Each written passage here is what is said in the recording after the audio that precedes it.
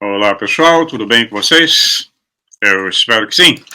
Estamos aqui para mais um bate-papo. Quer dizer, não é tanto um bate-papo, mas é como se fosse.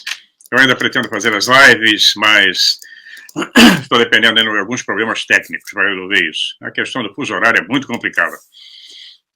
Mas nós tínhamos feito colocado no vídeo passado, da quarta-feira, nós falamos sobre Magdalena, e foi super importante, porque muita gente não tem ideia de como é que a Magdalena entra nesse contexto todo, o caminho da luz, de como existem documentos fora da Bíblia canônica que mostram que tem uma outra história, uma outra realidade que esconderam da gente.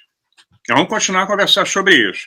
Eu tinha prometido a vocês falar sobre a entrevista que o Tucker Carlson deu a um canal do YouTube, né, o podcast, Full Send Podcast, com um podcast de 1h20, onde nos 20 minutos finais ele fala sobre os ETs, sobre OVNIs, ETs, etc. Ele é muito interessante assistir, mas é tudo em inglês, evidente.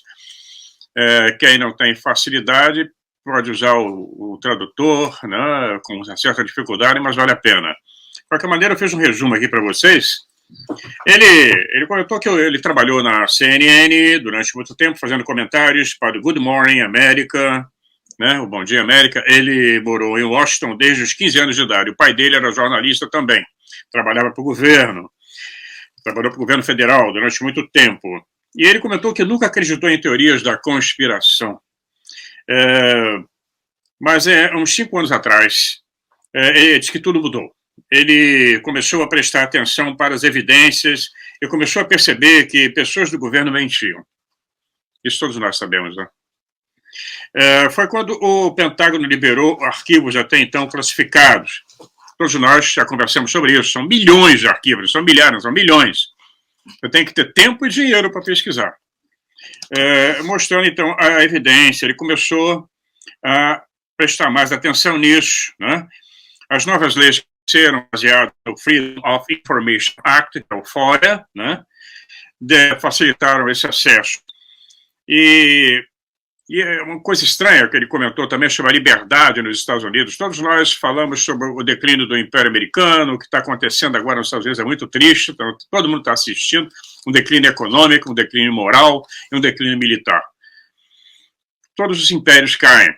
Mas os Estados Unidos, com tudo isso, com toda aquela eleição confusa que houve lá do Biden, né, dessa coisa, dessa aberração que está governando esse país, com tudo isso ainda há mais liberdade do que no Brasil. Pasmem, né? Pois é. E isso é real. Tá? Então, ele disse então que os Estados Unidos já sabiam sobre o fenômeno desde o final da Segunda Guerra Mundial. E que os Estados Unidos têm mostrado, agora abrindo os arquivos como o da Marinha, mas ao mesmo tempo tem sido colocado que eles estiveram mentindo esse tempo todo. Por anos eles mentiram sobre isso.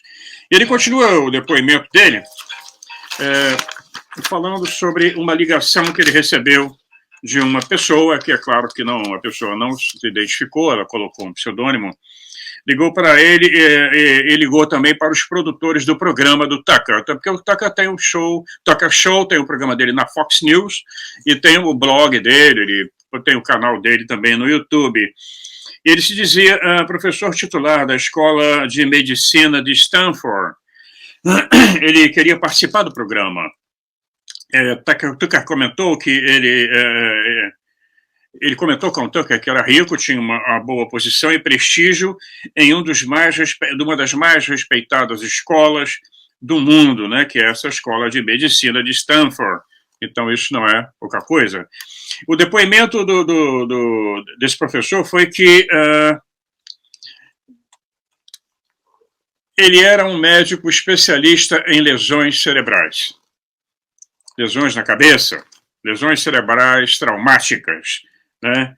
E que mais de 100 militares dos Estados Unidos, mais de 100, foram mortos por OVNIs, por entrar em combate com os tripulantes desses objetos voadores. E o Departamento de Defesa se recusou a dar-lhes os benefícios, assim como seguro ou pensões. Eram missões especiais. Quando você entra numa missão especial, você assina documentos, dependendo para quem você estiver trabalhando, às vezes anulando tudo isso. Mas os familiares que souberam, alguns familiares entraram na justiça e tem uma série de processos de andamento dentro dos tribunais americanos. O Tucker disse que foi um choque. Ele ficou, pô, como assim? Existem processos judiciais sobre tudo isso? E nós não sabemos, isso não está no New York Times, nem na Fox News? E tem processos em vários tribunais nos Estados Unidos, os familiares, mulheres, esposas, filhos desses militares que morreram em combate. Pois é.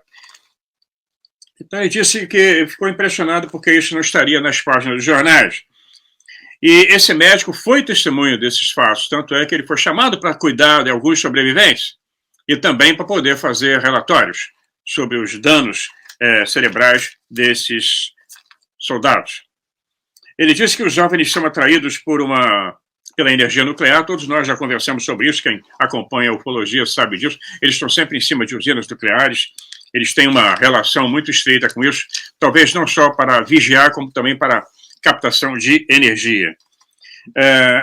Ele disse também que eles sempre estão sobre as bases de mísseis nucleares. Também já vem confirmar o que os ufólogos vêm falando há décadas. Até interferência nesses mísseis é o que eu espero que eles façam agora, né? Que nós estamos sob ameaça aqui na Europa e o mundo inteiro também. Então ele disse que os porta-aviões e submarinos nucleares têm sido afetados por esses objetos que conseguem viajar debaixo da água com extrema facilidade e que já pousaram em bases militares famosas na Alemanha nos anos 70. Anos 70, não estou falando dos 30, não. Porque tem um disco que caiu na Alemanha, na Floresta Negra, na década de 30, que foi capturado pelos nazis. Segundo o relato, os militares sofrem muito quando atingidos por armas desses seres, eles sofrem uma lesão cerebral traumática, como se o cérebro fosse renderizado. Então são mortos, né? Eles morrem logo depois. O médico disse que examinou os seus cérebros e o Departamento de Defesa continua a esconder. E esse médico disse que nunca acreditou em UFOs, ele não era ufólogo. Quando ele viu isso, ele ficou apavorado. Ele disse que vários UFOs foram abatidos e os destroços estão sob custódia, aqui sim, de empresas particulares. Já comentamos sobre isso em vídeos passados, que toda a ufologia foi terceirizada. Ela já não está na mão do Departamento de Defesa diretamente, nem da NASA. Ela já está terceirizada. Esses destroços são entregues para essas empresas, que são empresas financiadoras de campanhas presidenciais e de projetos, como a Raytheon e a Lockheed. Como eu já falei, a Lockheed é uma das empresas mais corruptas do mundo. Pois é. Então, essa terceirização da ufologia. Então, nós vamos ver que são empresas independentes do governo, são as big techs que estão comandando agora, que fizeram essa meleca que está o mundo todo agora, né? É quem está patrocinando esse conflito aqui, e outros. Quem patrocinou aquela doença horrorosa, né? As picadinhas, tudo isso são as big techs. Eles são do comando. E colocam palhaços como presidente, como primeiro-ministro, como aí no Brasil, como nos Estados Unidos. São meros palhaços, são meros como Macron, né? Boris Johnson, que já caiu, agora colocaram o indiano, é a mesma coisa. São todos imbecis, idiotas, não têm a menor capacidade de liderança. Então, nós vamos vendo que essas empresas particulares, ele continua na entrevista dizendo que elas não têm que dar satisfação ao Congresso, né? Porque aí são empresas particulares, o problema do Congresso é com o governo, com as empresas militares, com o Departamento de Defesa, com a NASA, com a CIA, com o Pentágono. Então, ele diz que as incríveis habilidades desses UFOs, né, que entram e saem da nossa atmosfera, como entram e saem do mar, com velocidade de Mach 3, 3 vezes a velocidade do som, do jeito que vem, entra na água, não tem problema nenhum de impacto. Os registros da Marinha mostram enormes velocidades deles sob a água e dentro da água também. Ele diz que o Tucker dá um exemplo, que se você pegar uma pistola 45 e dar um tiro em alguém dentro da piscina, não vai acontecer nada, a bala rapidamente vai desviar e vai perder sua energia. E ele diz que os OVNIs se movem dentro do mar sem problema nenhum de resistência, como se não houvesse nada. Isso eu tenho algum trabalho já pronto sobre as hipóteses, como é que isso funciona. Então eles não produzem bolhas também. Assim como também não produzem rastros que possam ser captados como assinatura magnética, assinatura de queima de gases, eletrônica, nada, nada, nada. Silenciosamente eles caminham dentro de uma bolha, né, eletromagnética e nem podem ser detectados. São detectados quando eles querem ser detectados. Então, eles dizem que, o Tucker diz na entrevista que algumas hipóteses, esse médico também falou, pelo contato que ele teve com vários militares, que eles poderiam ser, inclusive, de dentro da Terra, em bases subterrâneas ou submarinas, né? Finalizando, ele diz que falou com um membro do Congresso que disse que estava em uma base militar na Flórida, onde ele viu imagens de 4 desses UFOs que foram tiradas por um piloto de caça. E o mais interessante é que ele não deixou uma assinatura térmica. É uma coisa impressionante. Então, às vezes, eles não aparecem no radar, às vezes aparecem quando eles querem, se materializam, se desmaterializam. Então, esse é o resumo que eu fiz da entrevista do Tucker Carlson. Ele é um jornalista famoso, reconhecido no mundo inteiro, respeitadíssimo. É um dos grandes vozes da oposição dentro dos Estados Unidos, nessa mídia vagabunda que tem por aí agora, comprada, né, ou vendida, tanto faz. Ele é uma das poucas vozes a se levantar. Tem uma seriedade incrível, já fez comentários sobre o Brasil, sobre a geopolítica brasileira e a geopolítica mundial, o que ele é impressionante. Ele tem várias fontes boas. Então é bom prestar atenção nesses sinais. As coisas estão acontecendo muito rápido. Então é isso aí. Vamos continuar nosso papo. Eu queria comentar, as pessoas perguntam muito sobre as músicas que eu ponho nos vídeos. Essas músicas, elas pertencem ao programa. Eu tenho um programa da Apple, que tem músicas específicas, eu posso dar o nome, mas ninguém vai conseguir acessar, a não ser que você compre o programa. Eu tenho da StreamYard também, que são músicas permitidas, domínio de quem assina, ou quem compra o programa. Então, são músicas bonitas mesmo, mas elas pertencem ao programa. Eu posso usá-las à vontade, sem problema nenhum de copyright, né? Mas, infelizmente, você não vai conseguir comprar o CD, né? E se você gravar, você pode sofrer algum strike. Então, é isso. Queria agradecer a todos que têm participado conosco, né? Somos uma grande família. É muito bom. Nós temos lido os comentários, a saúde está melhorando, todo mundo caiu com essa virose, a Magdalena está quase boa, ainda tem um problema com a garganta, e fica aquela tosse, uma tossezinha irritante, não sai, não passa nunca. Às vezes eu estou falando com vocês, nossa, vem aquele pigarro, já tem o pigarro da velhice. Se você juntar isso, então, é um prato perfeito. Então, pronto. Mas nós vamos tocando o barco, ok? Então, vamos continuar a falar agora sobre a Atlântida. Eu comentei sobre o professor Aloysio, um cientista brasileiro, já falecido, infelizmente. Ele, inclusive, deu uma entrevista no programa Jô Soares, muito interessante. Eu vou deixar o link da entrevista aí embaixo da descrição do vídeo. Eu consegui esse link, por incrível que pareça, de um canal indonésio, porque o professor fala que a Atlântida estaria localizada na ilha de Java, onde vêm os pais da Magdalena. É muito interessante, é mais uma teoria. Mas ele responde 60 questões mostrando o porquê a Atlântida deveria ser ali na ilha de Java, do estreito de Sunda. Ele fala que o Jardim do Éden era lá. Mas isso aí dá pano para manga. Vamos começar a falar sobre isso.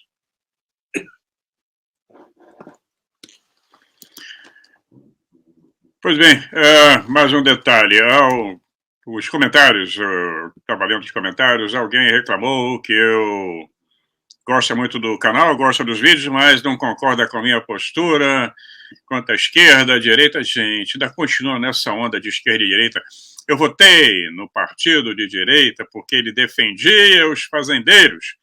Se fosse um partido da esquerda, comunista, barulhista, balonista, o diabo que o carregue, eu ia votar nele. Se ele defendesse os fazendeiros, que aqui quem está atacando os fazendeiros é a esquerda, é a centro-esquerda. No Brasil é a mesma coisa. Eu quero saber quem está dando para o bem do Brasil. Quem é que está acabando com essa palhaçada identitária? Quem é que está trabalhando com projetos para criar residências, melhorar a educação do Brasil, que é uma das piores do mundo? Eu vou votar no partido que for. Eu vou votar no partido que vai beneficiar o Brasil. Não importa a esquerda. Isso é palhaçada, essa história de esquerda e direita. Cai nessa, não. Estão usando vocês, ou você que fez o comentário. Todo respeito. Você pode fazer o que você quiser. Optar por o que você quiser. Mas preste atenção para não ser usado, manipulado. Aqui, eu votei neles. Os fazendeiros ganharam. Ele perdeu suas terras. Entendeu? É simples assim. Não existe bonzinho nessa história. Ou você conquista, ou você vai ser conquistado. Ou você domina, ou você vai ser dominado. Ou então aprenda a fazer alianças. Ok? Pois é. Então vamos lá. Vamos continuar aqui. Como é que você pode comprar ou vender o céu? Nós possuímos o frescor do ar, o brilho da água. Então, como é que você pode comprá-los de nós? Cada parte da terra é sagrada para o meu povo. Sagrada em sua memória e experiência. E nós sabemos que o homem branco não entende nossos costumes. Ele é um estranho que vem à noite e tira da terra tudo o que precisa. A terra não é sua amiga, mas sua inimiga. E quando ele a conquista, ele segue em frente. Ele sequestra a terra de seus filhos. Seu apetite vai devorar a terra e deixar para trás um deserto. Se as feras se fossem, nós morreríamos de uma grande solidão do espírito, pois tudo o que acontecer na terra acontecerá aos filhos da terra. Chef Seattle, 1854. Então, nós vemos que essa história já é antiga. O homem é uma besta fera que precisa de controle, precisa de leis, de regras. Sem as leis, sem as regras, até da religião, você, quando eu digo, é comum, viu? Não estou falando de você especificamente. Se não houver regras, nós viramos bestas feras. A linha é muito tênue que separa o homem do santo do diabo, do anjo do demônio. Na Kabbalah nós aprendemos sobre isso também. Com a criança, se você não der a educação certa para a criança, em um determinado momento um anjo mau vai tomar conta dela. O quê? Uma sociedade se desfazendo, derretendo como a nossa? Ou vamos montar de novo uma civilização caminhando para o progresso, caminhando para o espaço, caminhando para a medicina, para o conforto pessoal, com a longevidade, com a saúde, sem essa loucura que tomou conta da nossa civilização?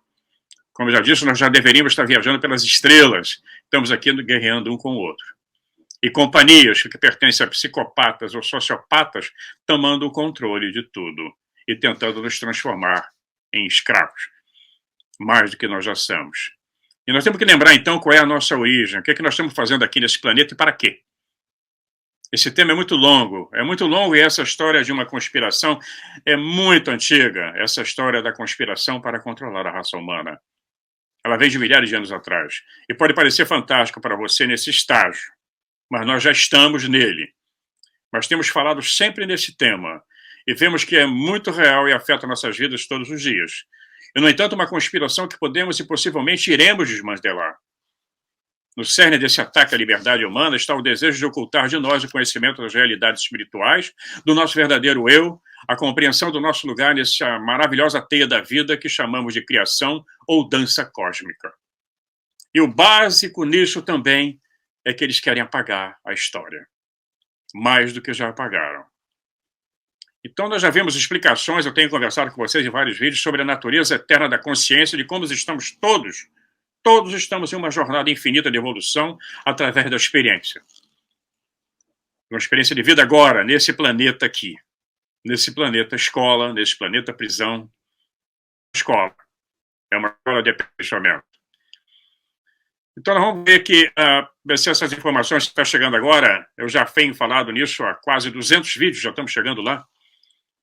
Né? Os manipuladores, ou os arcontes, como queiram chamar, watchers, como querem, demônios. Eles sabem que isso que estamos falando está correto, mas eles não querem que você saiba. Eles não querem que você saiba que o verdadeiro nós não é o corpo físico que vemos. Esse é o veículo que habitamos por uma única vida física nesse planeta. O eterno nós, a nossa consciência, o nosso espírito, nossa mente.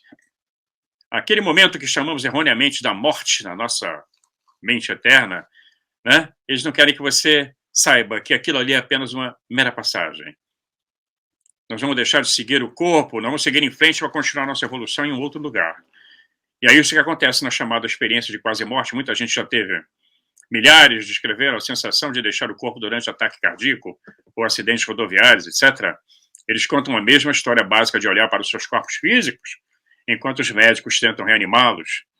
E dizem, era minha mente, minha personalidade olhando para baixo. Mas eu não fazia mais parte do meu corpo, então de repente eles se descobrem olhando através, né, dos seus olhos novamente e voltam para o corpo. Quem faz viagem astral também já experimentou isso. E isso é tudo o que acontece com as pessoas quando elas morrem. Ou quando vão, como diz os egípcios, para o afterlife. Ou como nós vimos da Madalena conversando com Jesus Cristo, a viagem da alma. Nas experiências, das etapas que ela vai passando, a sua consciência deixa o corpo. Deixa nessa forma física que tem uma vida finita. Tudo bem, mas as nossas mentes vão viver para sempre. E você pode pensar nisso como algo semelhante ao princípio do astronauta na Lua. Ele veste uma camada externa para experimentar um outro planeta. Durante a vida física, nossas mentes habitam uma concha física que nós chamamos de corpo. A consciência e a energia são uma e a mesma. E tudo que existe em toda a criação é a mesma energia, consciência, em diferentes estados de ser. A diferença entre tudo e o seu nível de consciência, a evolução, a compreensão, a percepção, a velocidade com que a energia está vibrando, sua frequência, quanto mais rápida a vibração, maior será a evolução, desculpem.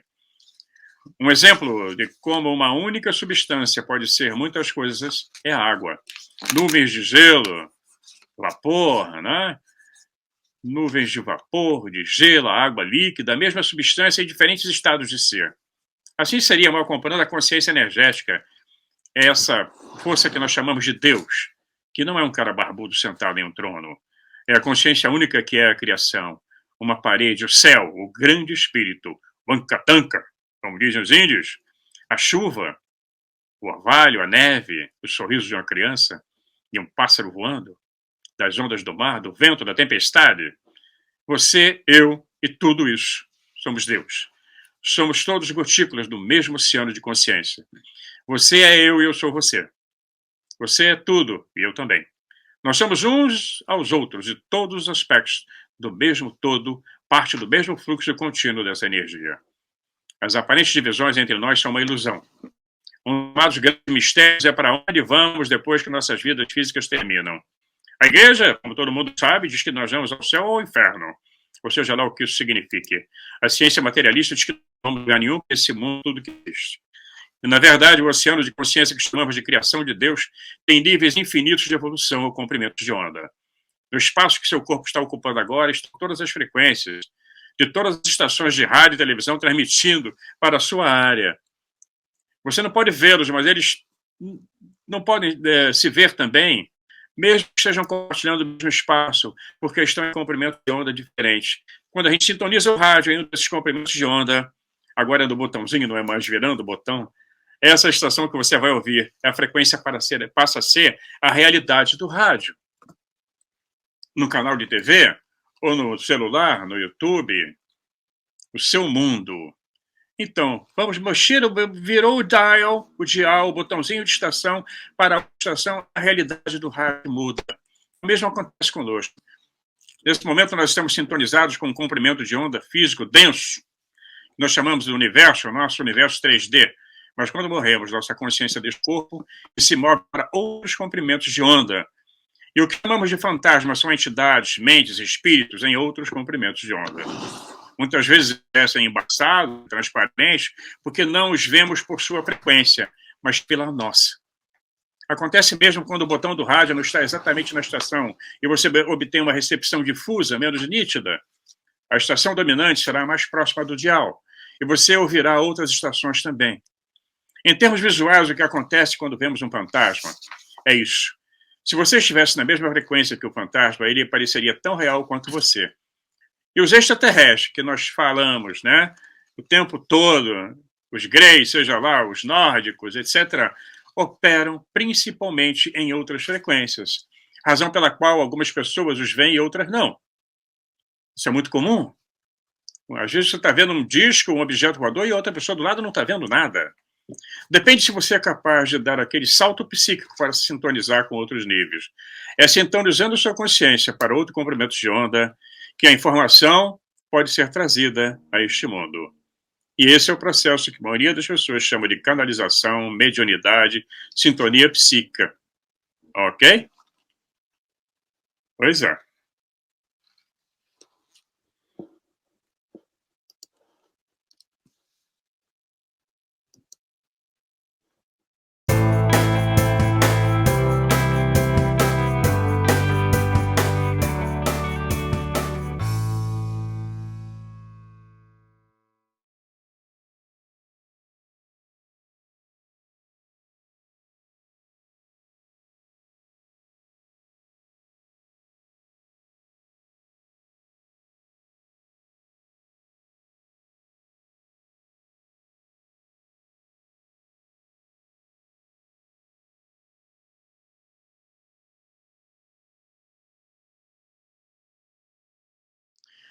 Pois bem, pessoal, eu quero agradecer aqui a um seguidor do canal, o Edilson Espartan. Muito obrigado, Edilson. Ele mandou para mim uma cópia em PDF do livro do professor Aloysio. Fantástico, estou lendo. Estou lendo e já preparei agora alguns comentários sobre o livro. Eu segui os comentários dele sobre o livro dele no canal indonésio. Eu estou colocando aí embaixo na descrição do vídeo o YouTube, né? Uma entrevista que o professor deu no programa do Jô Soares, já é bem antiga, pouco antes dele falecer. Ele conseguiu fazer o Jô Soares não interromper muito, foi muito bom. Mas vocês estão aí embaixo, é só clicar. Esse canal que eu peguei a entrevista é indonésio, mas eles falam em português, o Jô Soares e o professor, então vocês vão entender. As legendas têm legendas em inglês e as legendas em indonésio. Mas o importante para entender o trabalho sobre a Atlântida, porque são centenas de livros escritos sobre a Atlântida e filmes que foram feitos. Muita gente pesquisa isso, e cada um tem que puxar a brasa para sua sardinha. A Europa quer que a Atlântida seja ali perto dela, a América também, o Brasil. Todo mundo quer ter a primazia de ter sido o local onde a Atlântida existiu antes de afundar. Mas a história da Atlântida, que criou tanta polêmica, ela vem até nós de um diálogo chamado Timeus e Critias. São diálogos socráticos, escritos por volta do ano 360 a.C. Foram escritos por Platão.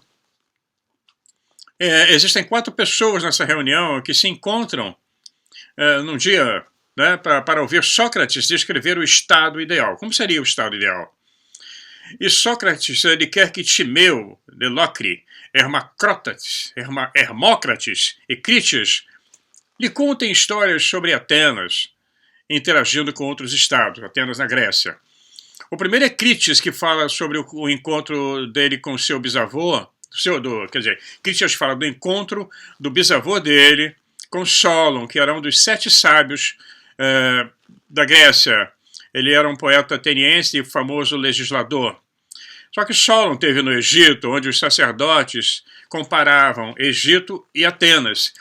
E eles falavam sobre os deuses e as lendas de ambas as terras. E uma dessas histórias egípcias é sobre a Atlântida. E aí é que veio até nós. Então a Atlântida seria a provável nação lendária mencionada nos diálogos de Platão, Timeu e Critias.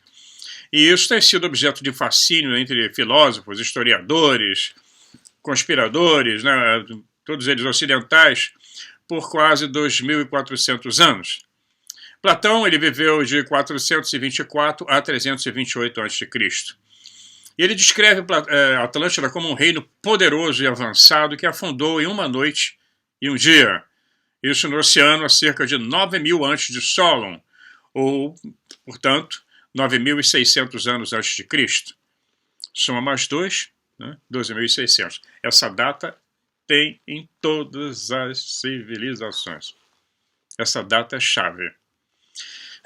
Então, Platão, através do personagem Critias, em seus diálogos, ele descreve a Atlântida como uma terra maior que a Líbia e a Ásia Menor juntas. A Ásia Menor é onde hoje é a Turquia.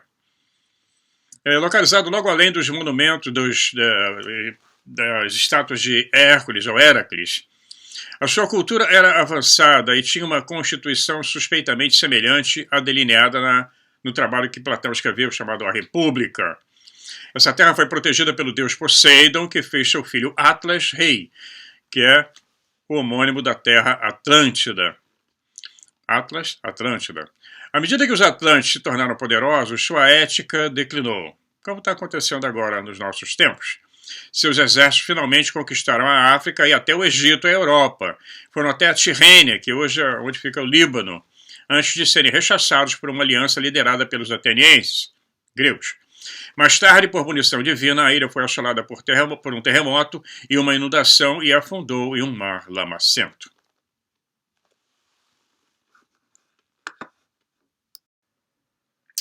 Pois bem, a história da Atlântida contada pelo sacerdote egípcio provavelmente já existiu, mas era uma história bem antiga.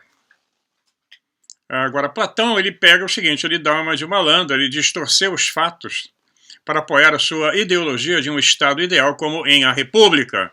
Né? Ele apoiava a República e acrescentou alguns enfeites próprios ou aspectos extraídos de outras lendas. Ele encarnou Atenas como parte da história para mostrar a maior e a mais nobre ação da antiga Atenas, que provavelmente era um estado no mito, né?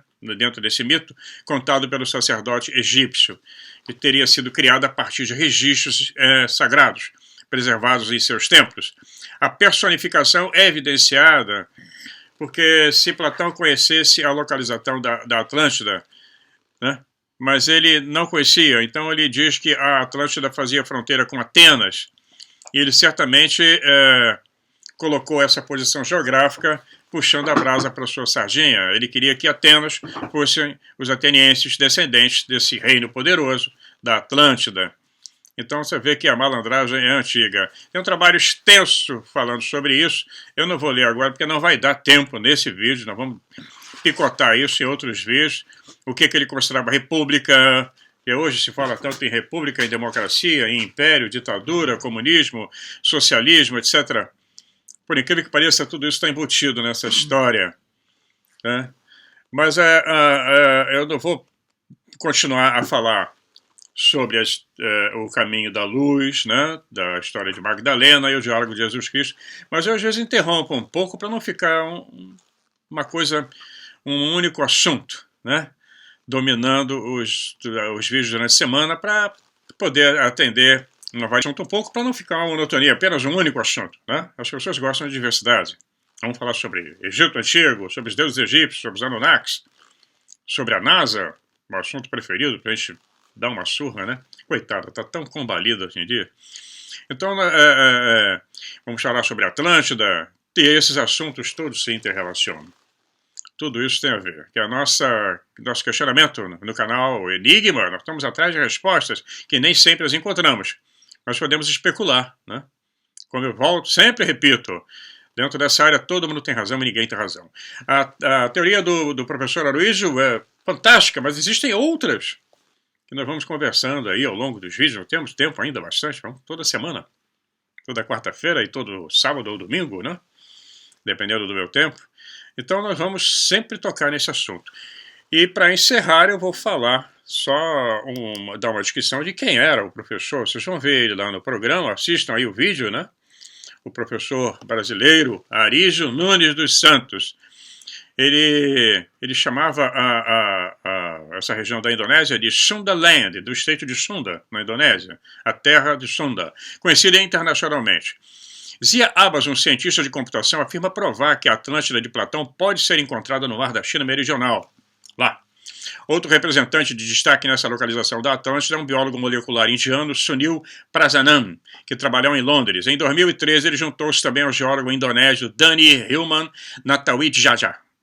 E após a descoberta do Monte Gunung Padang, da província de Cianjur, na Java Ocidental, que é onde tem uma das maiores pirâmides do mundo atualmente, e umas mais antigas também. Eles chegaram a 13 mil anos, a idade dela, por enquanto, porque já chegaram a camadas, que fizeram exames das camadas biológicas, com equipamentos de precisão, a coisa vai para 20 e poucos mil anos.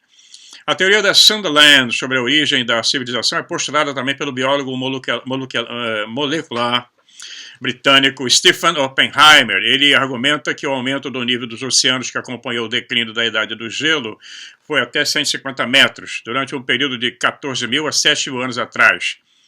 E isso aí deve ser levado em consideração ao tentar entender o fluxo de genes, questão genética, cultura na Eurásia, citando evidências de geologia, arqueologia, genética, linguística e folclore.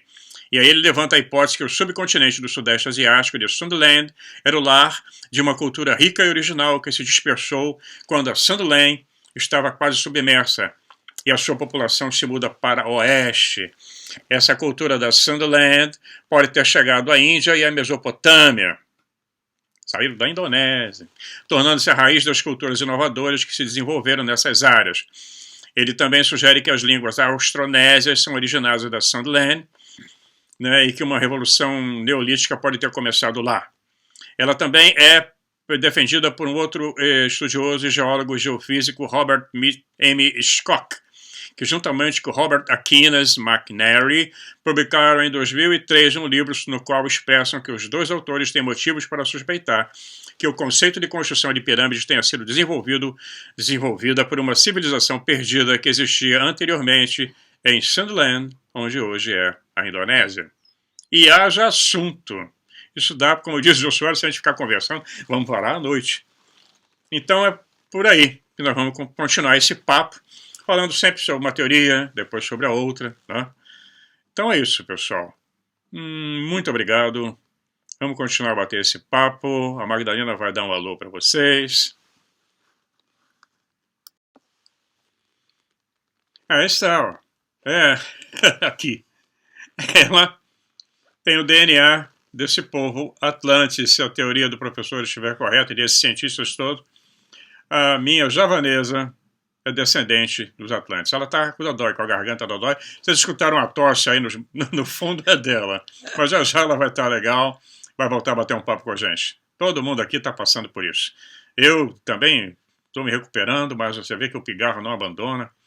É uma doença terrível. Ok? Um abração para vocês. Fiquem na paz. E até quarta-feira.